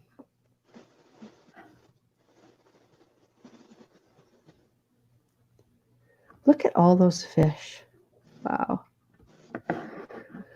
I'm a very big fan of big fish. Oh, we lost Awoken. Yeah, I'm a big fan of big fish. And I think my husband has said he doesn't care for big fish. And it's probably got something to do with being a fisherman. And he knows the ones that have teeth. Yeah, there's a few in here I get a little cautious about. My Picasso's triggers bit me a few times, and hasn't drawn blood yet, but definitely something to keep an eye out. The clown trigger, I would be afraid to be bit by. I don't know. There's just something, just seeing everybody, they kind of have this loose group, and, it is nice to have a lot of these fish just because, you can't normally have them with corals, although if I eventually start getting a lot of softies and stuff that or if I actually, grow SPS that get giant, and I might attempt to put some of those in here, just knowing that, whatever happens, happens. Right. Well, I don't know. You think about a lot of these fish, and they do live in a reef environment. And I know that they're not considered reef safe a lot of times because they do snack on coral. And I think a lot of the problem with that is that we don't have colonies big enough to withstand being nibbled at all the time. There's a couple of people out there. There's a guy out there, I think it's Glenn Fong. He has some large SPS tanks, and he keeps all kinds of butterflies. Yeah. That some of them are coral obligates, I believe, that they need it, and Yeah. he maintains it. But yeah, you got to have something really established first. Yeah. I do think what really helps with this, though, is because it's connected to a reef system. Like, I know there's little sponges and all kinds of pods and stuff that are in here. So they do get a lot of that little stuff. Yeah.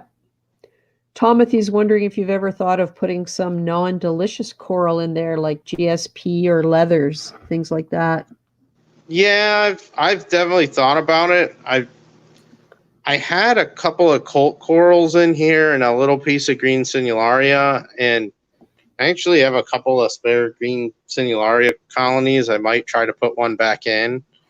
When I had my kind of slow coral die off, the colt corals of all things, they slowly deteriorated, and I don't know if that's because they were getting picked at, or if it's because the coral's just not doing well in the system at the time. There's a Blue Ridge coral in here. You don't bother that. Now, that's an acropora? No, it's actually Blue Ridge is considered a soft coral, I believe, even though it's not. Right. It's just brown and has some polyps that come out of it. It's not the most interesting of corals. Let me hit it with a white light here. So, yeah, it's nothing fancy. Yeah, it's pretty small too. Like, I wonder if they nibble at it. Well, it hasn't grown the little spike there, but it's actually encrusted out, probably something about the size of a baseball on the rock. Oh, okay. So, but yeah, there's all kinds of little sponges and stuff living inside the rock, and when it grows to a point where it kind of creeps into the realm where something can eat it, the angels and the tangs will pick at it. Yeah.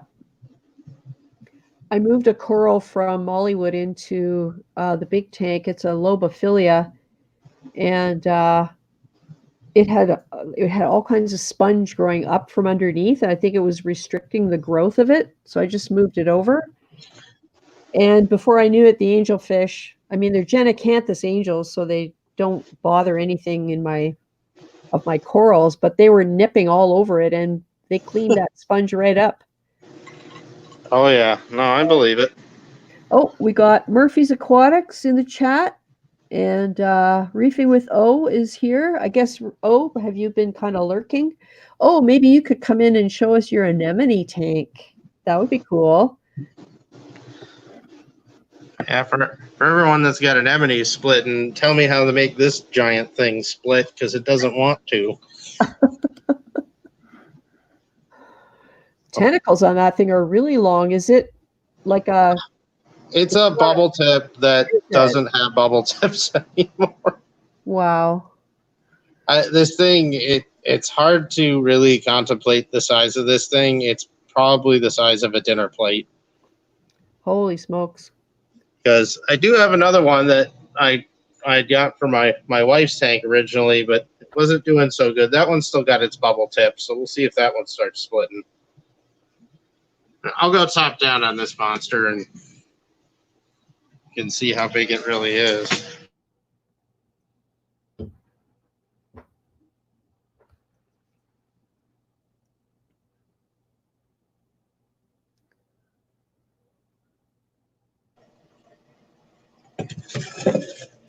Whoa. Yeah, so those clownfish don't look so big now. Holy smokes. Well, let me grab a toothbrush so I don't get attacked. So you have 2 clownfish living in that thing? Yeah, they were a pair of gold stripe maroons. Ah. So they're kind of aggressive, aren't they? Yeah, they're probably my favorite clownfish, though. I'll try not to get whacked here. They are. There's a toothbrush, though, right over the top of it. Wow. So, Yeah, yeah, they are beautiful clownfish, there's no doubt. yeah, it was probably before I moved. Well, when I was working in stores, I had a beautiful pair, and I'd given them to a close friend and coworker because I couldn't bear to sell them along with some of the other corals I had at the time. But I know some of that stuff people had. I know the clownfish were around for another 5-6 years, I think.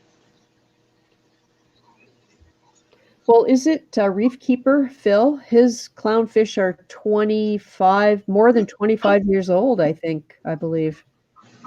I believe it. I So mean, I think go ahead. I was going to say, I think their lifespan's like 30 years or something for some of them. Wow. I have goldfish that are 15 years old now.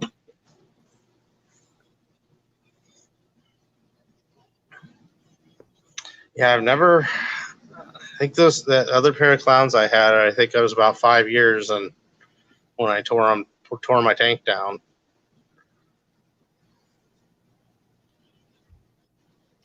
Yeah, and the other thing I've been seeing lately is a lot of people with skunk clownfish, which are really pretty color. Yeah, they're talking about, they just had that dorsal streak on them, right? Yeah, they're kind of a They're pinkish orange with Yep. the white. Yeah. My last tank in Detroit, I had a pair of those, and the reason I bought them, I had a pair of black perculas that I bought, and I was like, it'll look so pretty for them to be in contrast with a nice anemone, and they wouldn't go in the anemone.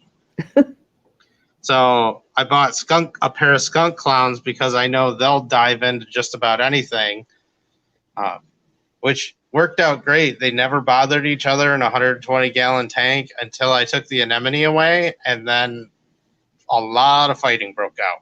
Wow. But I was tearing down, so. Yeah, I have the black and white perculas. I guess they're Darwins. And they have a clean spot on the glass that is their anemone Nice. that I scraped off to put a power head there, but they weren't having it. And the female clownfish ripped the basket off the power head 3 times before I just moved it up above the other power head, and then she left it alone. But I have video and pictures of the basket of the power head at the back on the sand behind the rocks, and the impeller laying down on the sand below it. I don't know what it was. I cleaned the glass off before I put the power head. I went into the kitchen, came back with it, went to put it in place, and I guess in that minute and a half, she decided it was her territory. Clownfish can be really weird sometimes. I did maintenance. I had a couple that we actually had one. We used to catch it because it would so violently attack you. It was a tomato clown, and it was impossible to do maintenance. So you'd catch it, put it in a 5-gallon bucket, and put it back after you were done. They're strange little creatures. Well, they got a nasty bite on them too when they get bigger. Yeah, I bet. I'm still waiting. I have a little trigger in here right now. I got few months ago, and not a reef safe one, but I wanted to grow out a bit, and I was hoping he would deal with some vermitid snails, which he picks at the rocks enough, and I've seen a few less of them, but What type of trigger is it? it's a white line trigger or a white cheek trigger. I can't. Is that the gray one with the black back? That one right there? Yeah, that guy. Oh, nice. It almost looks like a bandit angel without the price tag. I haven't really seen him picking at corals yet, although he's hovering over those, so it's like he's going to. Yeah, he can't stay there forever. But I've had a few wrasses I've moved and rehomed to the other tank, but I just want to get a little bit bigger before I move them. Well, somebody talked about bumblebee snails going after vermetid. Or, I mean, yeah, bumblebee snails after vermetid snails. And I believe they do eat them. Yeah, and it's kind of funny because like I have some of them, but like guess I was thinking maybe they were an issue for a while, but they've kind of balanced out. So, but that might be a step I'll take if they start getting real bad. Right. Yeah, these things, I put 2 in Mollywood and 4 in the big tank. And I still have all of them. During the day, they kind of nestle into a crevice somewhere, but you can usually see them. And when I look into the tank at night with the flashlight, a lot of times they are up on the rocks moving around. And it's kind of like you were mentioning before about maybe noticing fewer snails. And when I notice it is when I stir up the sand, I see far, far, far fewer webs now than I used to. Yeah, and well, all my snails, they know better than to be out during the day. Because Mr. Belinaris is in the trigger right now would probably think they're a very tasty treat. Yep. So I think all mine are probably huddled in the back. Yeah, I can see a couple way in the back corner there, the Trocus snails. Yeah, my green wrasse goes after them and flips them over. I have golf ball sized, well, actually hamster size Mexican turbo snails. And they're so big. The green wrasse flips them, the operculum comes across, and he can't do anything with them. So I find them, I flip them over again, and they crawl away. I actually did find out that they can actually right themselves. Turbo snails, yes, but I think they're afraid to come out because of the rash. Yeah, I always would look at them and go, how imperfect is this creature? How would it survive without being able to flip itself over? Yeah, exactly. And I saw one do it at night once when there was nothing around. But yeah, no, everything starts crawling at night. I got Nazareth snails I had thrown a handful in, and they started multiplying, so I got those all over the place now. What kind of mandarin is that? It's a spotted. Yeah, the green one with the dark spots? Yeah, it's just a target mandarin here. Nice one. Gotta creep in the way. There he is, yeah. Just a bit. Hi, buddy. That's the male. The female's around here somewhere. He's getting out of there now. Yeah, I see her. She's on the back rocks. I've always liked them over the standard psychedelic ones. There's something about that pattern and how it catches my eye. Yeah, I love the green color. Tomothy is asking me why I keep the mollies. Well, there's a story behind that. the first mollies I got were test fish after I had ick wipe out the fish that I had in a 20-gallon nano. And I only had 3 fish, but one of them was a very expensive fish. And it came in on snails. There are people who will say that's impossible, but they're wrong because I know that's how ick got into that tank. So anyway, I waited the 3 months and wanted to get fish again, but I didn't want to go and spend a lot of money on expensive reef fish, especially nano fish. So I decided to get a couple of mollies because if you guys remember Roscoe's reef tank, Scott, he had mollies in his display and they were really big and they did fine. And mollies actually in the ocean live a large part of their life in salt water and some of it in brackish water and some in fresh. So anyway, went to PetSmart, got myself 3 mollies, acclimated them, and put them in that nano tank. So then they started having babies. And of course, me being me, I rescued the babies and set up my sump so that I could put them in the center section where the Cato was, and I could raise them there. So before long, I had 13 mollies.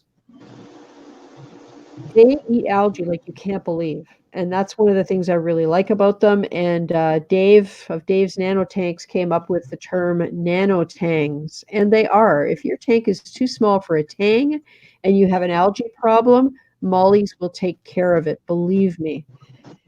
So a fish store said, "Oh, really? You know, you've been breeding them." I went, "Well, kind of accidentally, but yeah, now I know how to do it." So they asked me for some. So I set up a system with a couple tanks and a tank for the adults, a tank for the fry, got that all going. And when I had some ready to go, I contacted them. I emailed, I phoned. They would not return my calls or my emails. I guess they changed their mind, but they didn't have the courtesy to say, "We've changed our mind." So here's me with 40 mollies. And I thought, what the heck am I going to do with all these fish? So I gave them their own tank. So that tank became Mollywood, and I no longer have 40 because the population has rationalized itself a little bit. Some of them are not extremely healthy. I'm sure it has to do with just genetics and with the environment, and if they get injured when they're really young, or they're perhaps, like in any population, you get some that are weaker than others, and they're just not meant to survive. So I think I have about 21 or 22 in there right now, with 6 more babies in a little container ready to be released in about the next week or so. So I keep them because I bred them, I raised them, and I feel a responsibility to them. I have given a few away. I sold 1 or 2, but I've noticed that a couple of them have lymphocystitis, I believe, which is kind of a virus that they can get that affects their fins and causes rot spots on their fins. They don't all have it, but I wouldn't feel right giving any away to anybody if I know that there's a possibility they might have some sort of a disease. So I'm just going to keep Mollywood running. When I set up my new tank, they will go into the new tank and they'll live there for as long as they live, because it'll be 300 gallons and not just 40 gallons. And like I said, I just feel I have a responsibility for their lives because I was the one that raised them. So, yeah. So I don't know if that answers your question. I thought it was a good answer. Drew James wants to know what my secret is to getting so much coralline algae. I don't honestly know. I do know that I keep my magnesium at a fairly high level, and coralline algae acts as a sink for magnesium. And when my magnesium starts to drop, which it has been in the big tank because of the growth that I've had, it's getting used up and I haven't been dosing. It's got down as low as 1150, which is low for me. I usually keep it at around 1400. I notice large flakes of it start falling off the glass and the rocks. So that's when I first know to check my magnesium, that and my Duncan. So I don't know whether the secret is maybe, bump your magnesium up a little bit, not too much, but a little bit. I don't know if that helps, if that's something you're trying to accomplish. I always found that that's definitely a factor there. And then you get a rock, doesn't have to be big with it, and you get it in your tank. Take a toothbrush or some kind of brush and kind of brush the coralline algae and let it flow through the tank. It'll help spread spores of it. Yeah, that's true. Oh, we have EDK Reefmeister. Hi, and Aquabolt. Good night. Yeah, it's one of those things, and I really think the water chemistry makes a difference because Mollywood has very, very little coralline algae, and perhaps that's because the mollies are picking at the rocks all the time. I don't know. Yeah, I used to struggle with it more, and then once I got some rocks in with some different types and brushed them around, and I got more of it than I know what to do with. Well, and I will say, if you have coralline and zoanthus and other encrusting corals grow on it, it becomes very easy to remove those things because the coralline will just peel right off. Yeah, some of it's gotten to the point where it's like stone. It's gotten so thick. Yeah. I do wish I could. I've seen a few tanks that have had it, and I had a little bit in my refugium tank, but I never really attempted to harvest this to get a plating variety of coralline algae. I've seen a couple of tanks, and it just looks so. It almost looks as nice as just having coral as it just starts plating on the rocks. Yeah. Yeah, I think it's kind of like the GSP that kind of grows back on itself when it has nowhere else to go.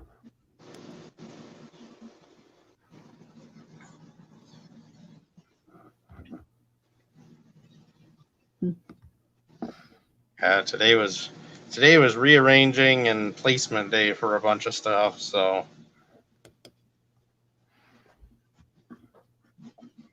yeah, it looks pretty amazing with the blue lights there, Alex. yeah, and after watching your Orphic video on their lens filter, I'm probably gonna pick one of those. Yeah.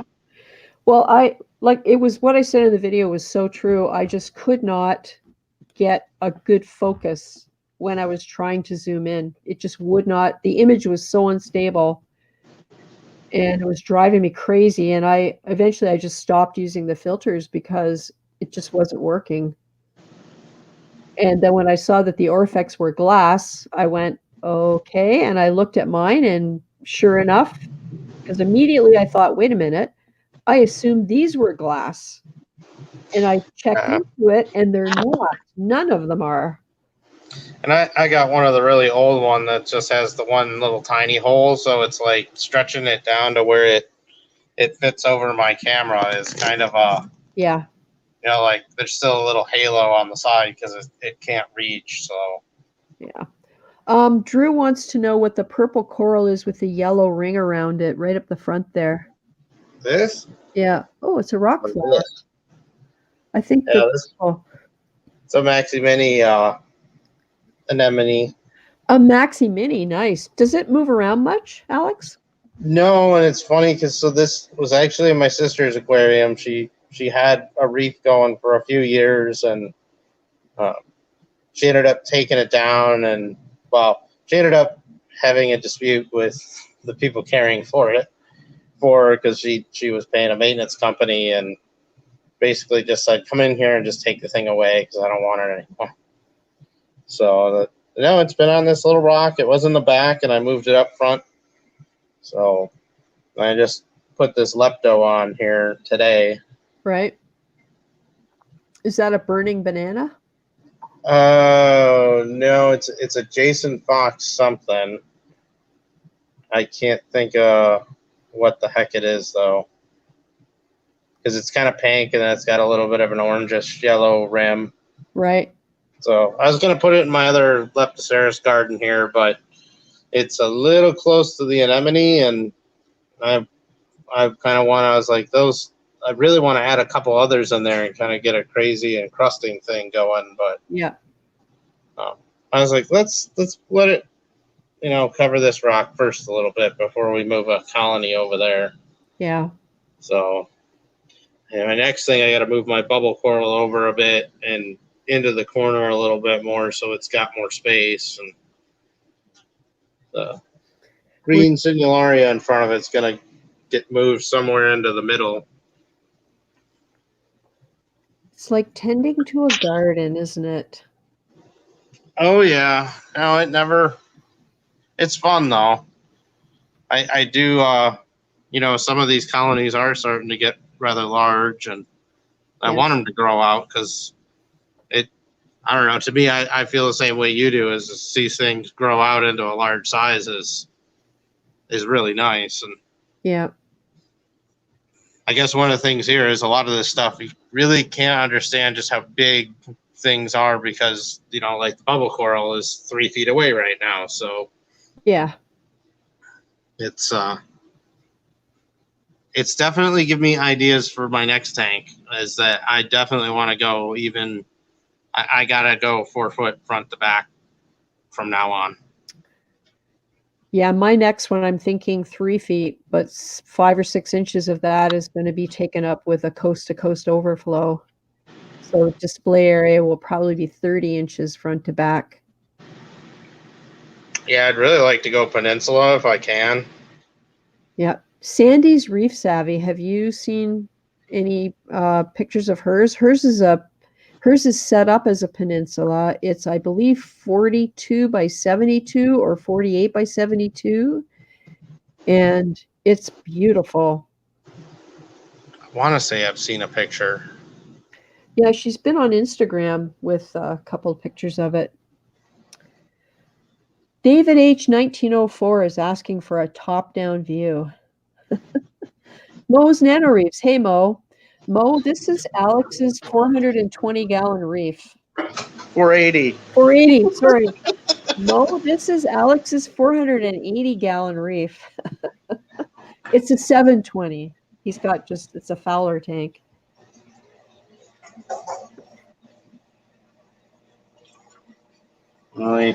Sorry, my little look down box is a little dirty. I forgot to clean it. Oh my goodness.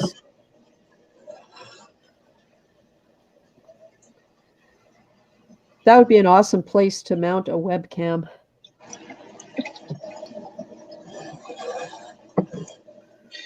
Yeah, like I said, there's my hand, so it's this guy's get pretty good size. Yep.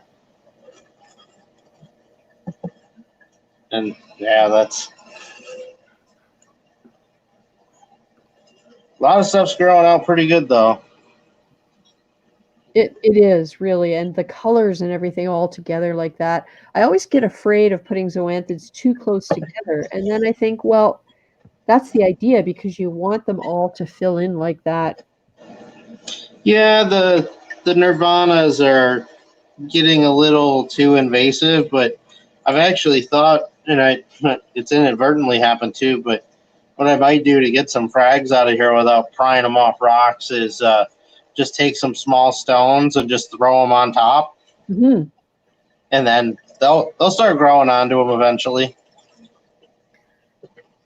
Tina's really loving the big toadstool. Yeah, I got that from an itty bitty little frag 2 years ago. Wow. Grown into a nice colony. I just put my weeping willow in. Oh yeah, did you get one of the original ones with the spaghetti polyps? I got this one from a guy out of Long Island, New York. Yeah, that looks to me like that's one of the ones like Jake Adams talks about. Yeah, so that guy's name's Marine Farmers. He does a lot of rare soft corals, so like I picked up that from him, and well, it's all closed up right now, but my Stereonepthia, Oh, which I got. My other one's close too, but I also got, of course, with the orange filters. There's a Japanese one as well that's pink. Although the pink one doesn't fluoresce. you know, I have what I call RG Weepy Toadstool in Mollywood, and it's a pink color, and it also does not fluoresce, not even a little bit. Hey, Lisa, Yes. you're back. All right, let me pull off another lid here. We'll go to my lately stocked SPS area. Although I added a few things a couple days ago for my LFS that he got in.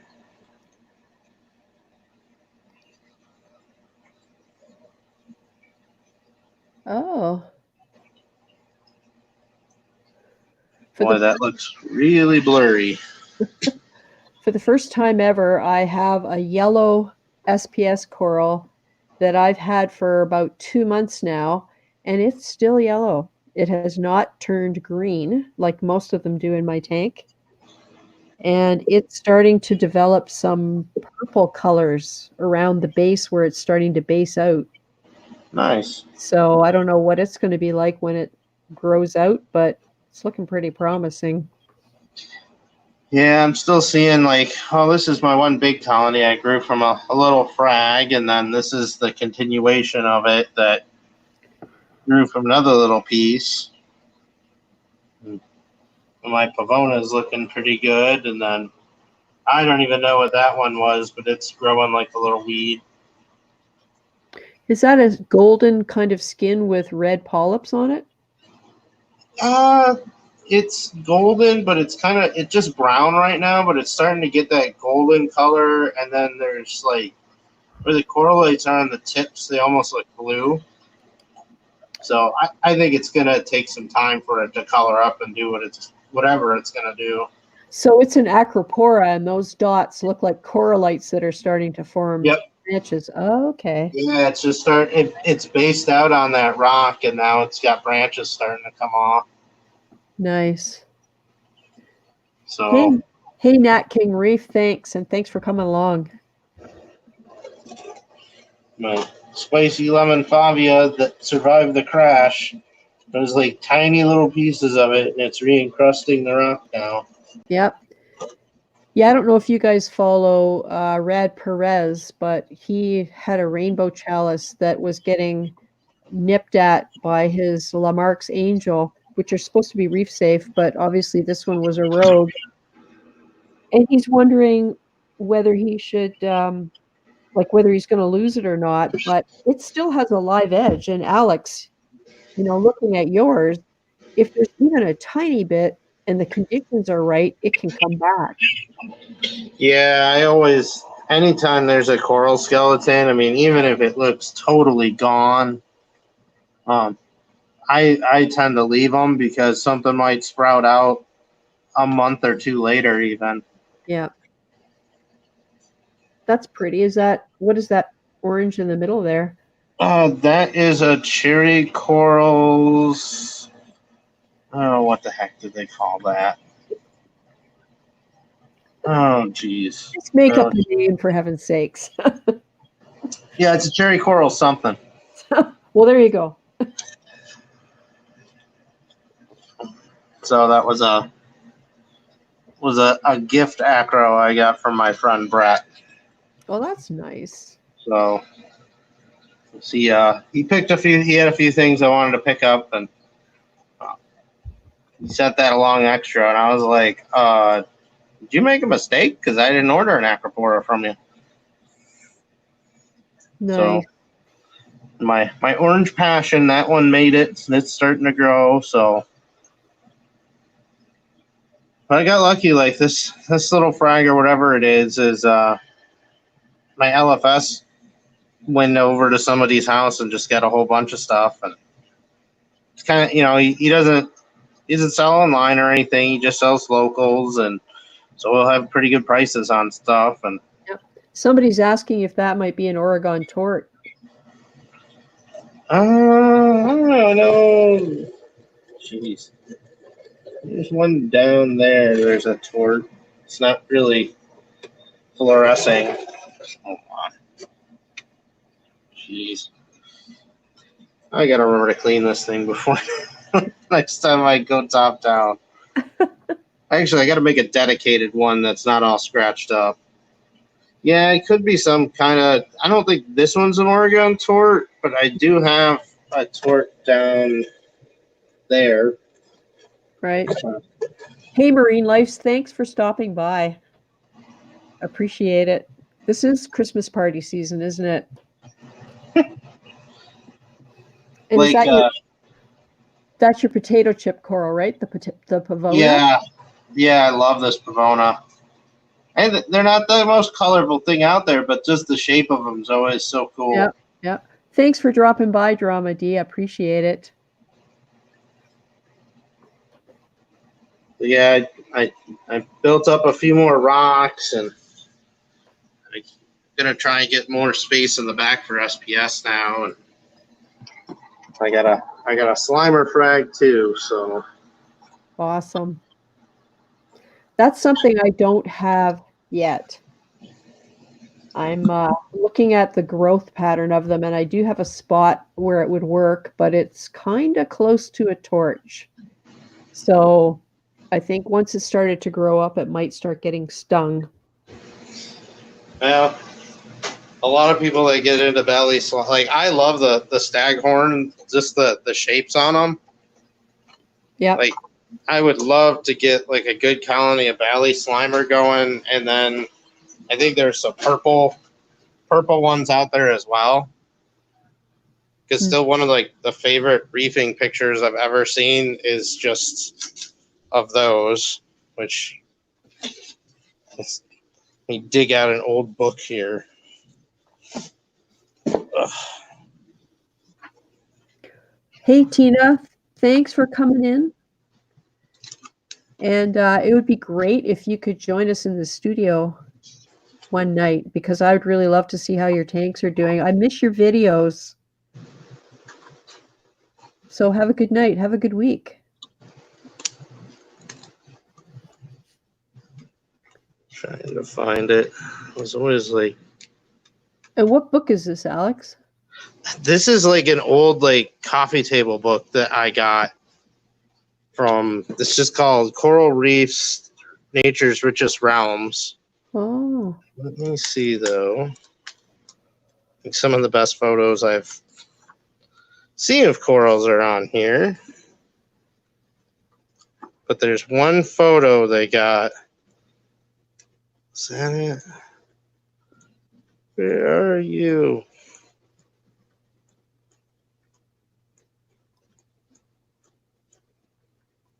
Yeah, back in the day when we had books. Now I know, and that's the thing. Is like you just don't. I just saw someone on the forum asking, "What's a good book?" And I was like, there's still a lot of good information in them, but it's not the preferred venue anymore. It seems. No, I guess for those of us, well, not me, but when we were talking earlier this evening, who started reefing in the 80s, that would have been what you had to choose from, and probably you'd have to go to the library, and if you were lucky enough to be in a big city, your library might have something. So would this be like in the Caribbean, Alex? I think this was in the Pacific. Maybe it was this photo I saw at the beginning. Like some of these photos that you just see like they got the half out of water. Oh yeah. This is one of them here where there's a whole bunch of staghorns, but I think it's this. Wow. But this shot here, like seeing like, it's not the same color as Valley Slimer, but all the staghorns like a purple and a green mixed together. Yep. Yeah, and you can see what they look like when they're big. Yeah, it was books like this that like got me into wanting to learn how to keep this stuff. Yeah. Hey, Aquariums Down Under, what time is it where you are? Yeah, I got for my birthday, when I got the tank, I got the Jen Viron book set, Corals of the World. And I have spent hours and hours and hours looking through that. And what's really hard is nothing in there is shown with any kind of a common name, like what we would know as a bally slimer.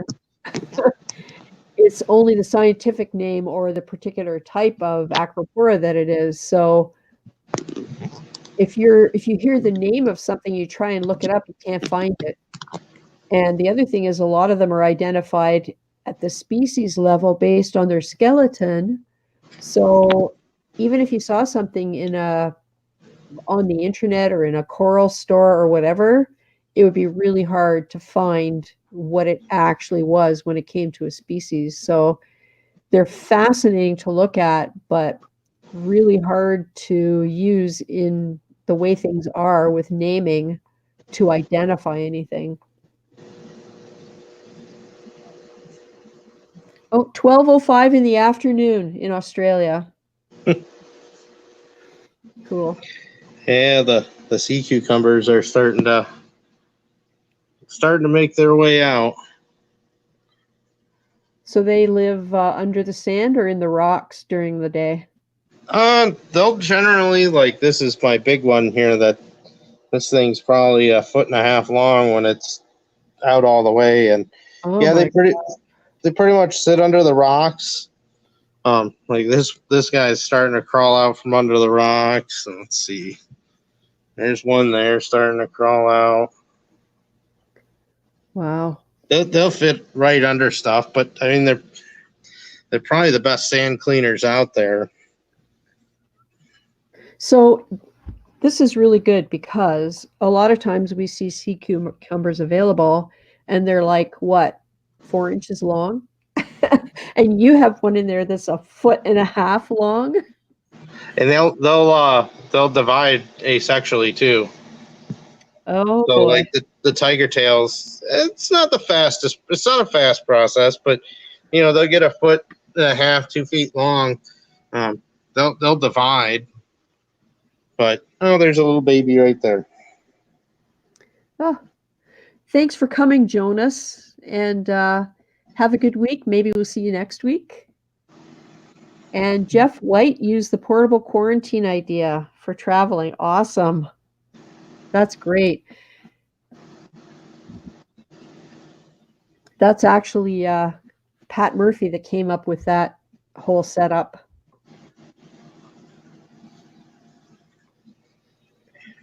Yeah, So, this thing gets crazy at night. that's the Halloween urchin? No. That's just a coral there. Although somebody kicked a stone on it, I got to get that off. Oh boy. You too. I'm always using my long pipette to get sand off of Buster and my Symphilia and the new Scully that I got. And it just, it makes me so mad. Yeah, I mean, my big bubble there, somebody had thrown a shell on it, and that it killed the tissue around it, although it seems like it's okay. Yeah. It's getting into night mode right now. Well, I lost most of Lucy, the giant bubble coral that I had. I believe she had sand spit on her, and it went down inside, and she couldn't expel it. And I did manage to save a small piece, and I'm hoping it'll come back because that thing was beautiful. But I noticed that a lot of times there is sand on it, and it's the green wrasse. He picks sand up, and I don't know whether he's like a sand sifting fish that gets food out of whatever. I have no idea what he's doing, but it's really annoying. Oh, I know the feeling there, and my clownfish leave the big bubble alone. But yeah, you can see the bottom here. They kick sand all day. Yep. So Yep. most corals deal with it decently, but I don't know. My plan is I'm going to move that bubble into the corner and then move this Cellularia, and I think I'm going to try and get a couple more white bubbles, because this Cellularia is either getting stung by the bubble coral or stung by the sea anemone. So it's just not gonna be able to play nice there forever. No. Sebadoh 75, ever get that spaghetti worm problem sorted? Yes, I believe I did. And nowadays I can go days without finding any on the rocks or bothering any of the zoanthids and having to pull them out. And I think it has to do with getting the phosphates and nitrates under control in Mollywood, because they're so low now that I have a feeling the population of those things is dying off. So, you know, it's looking like my zoanthids are starting to open all the time and starting to grow and spread out a little bit. I didn't think it would take over a year for that to happen, because some of those things I put in those places a year ago. But yeah, maybe I'm winning a little bit. Who knows? Tomothy, thank you for joining us, and good night and have a good week. I guess it is that time, isn't it? It's 11:11. Yeah. Probably a good time to wrap it up. I could sit here all night and look at this tank, though, you know? Well, and like I said, when the lights go out, it gets even crazier, because these rocks will literally be crawling. Yeah. Yep. Yeah, there's chitons that come out. There's all kinds of little snail species. There's tens of thousands of brittle stars. Yep.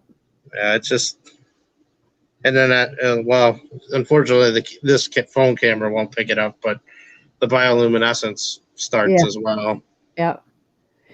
I think on Wednesday night this week, I believe I had some kind of a hatch in my big tank, because the water was alive with dust, if you want. Tiny creatures were everywhere in the water. It looked to me like it had to be rotifers or something on that level. And every coral that has any kind of a feeding tentacle or feeding response that I've seen when I feed them, everything was wide open and waving around. And I tried to get it on video. I just couldn't capture it. It wasn't, I couldn't focus enough because there was no light. But I just shone the flashlight through the water and I just watched. All of the Acropora had all those white thready polyps out, you know? It was just crazy. Oh, good night, Tyler D. You're welcome, and thanks for coming by. Davis, thank you. Oh, and Scott's leaving. Yep, I guess 11 o'clock is the witching hour. Yeah, it's amazing what you see at night here. Yeah, it's crazy.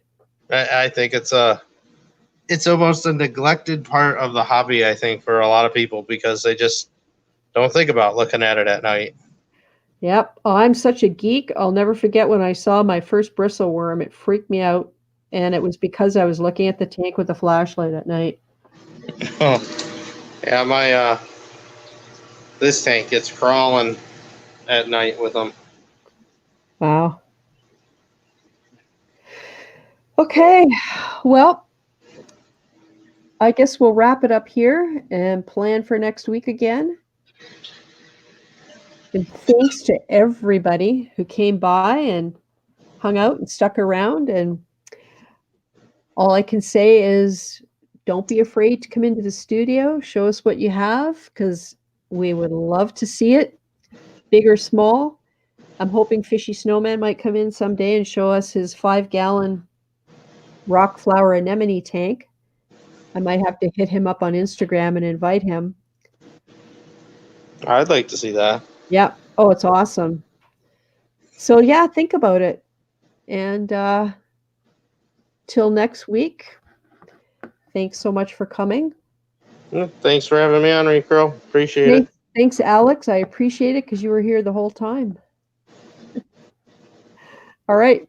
Good night, everybody. Good night.